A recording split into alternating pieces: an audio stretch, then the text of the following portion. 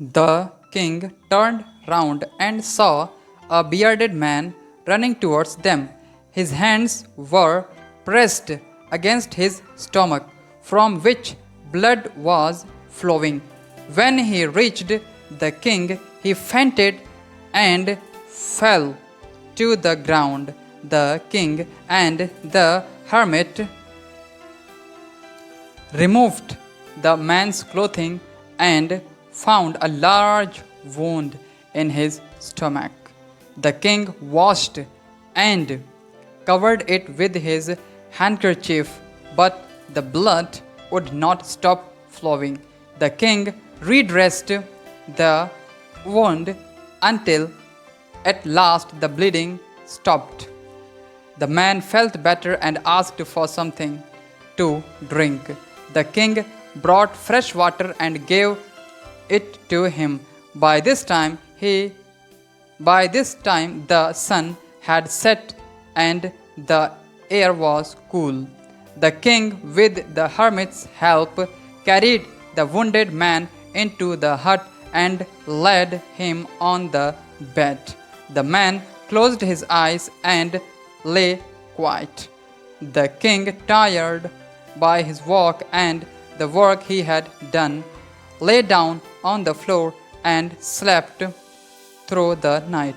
When he awoke, it was several minutes before he could remember where he was or who the strange bearded man lying on the bed was. "Forgive me," said the bearded man in a weak voice when he saw that the king was awake. "I do not know you and have nothing to forgive you for," said the king. "You do not know me, but I know you. I am that enemy of yours who swore revenge on you, because you put my brother to death and seized my property. I knew you had gone alone to see that hermit, and I made up my mind to kill you on your way home. But the day passed and you did not return, so I left my hiding place and I came upon your bodyguard, who recognized me and wounded me. I escaped from him, but I should have died if you had not dressed my wounds. I wished to kill you, and you have saved my life. Now, if I live, I will serve you as your most faithful servant, and will order my sons to do the same. Forgive me."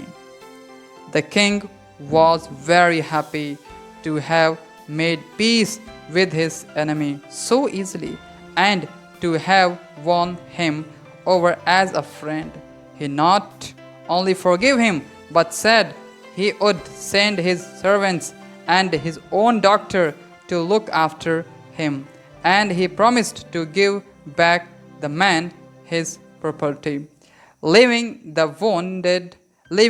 wounded man, the king went out of the hut and looked round for the hermit. Before going away, he wished once more to get answers to his questions. The hermit was on his knees, sowing seeds in the beds that had been dug the day before.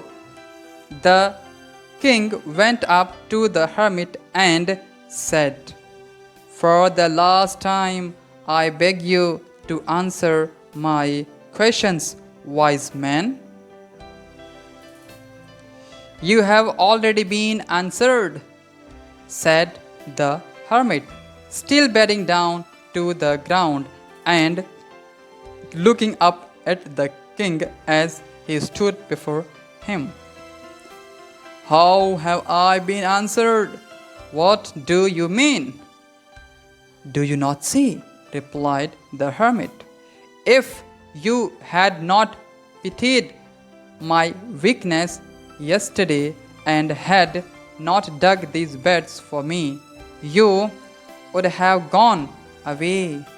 Then that man would have attacked you, and you would have wished you had stayed with me. So, the most important time was when you were digging the beds.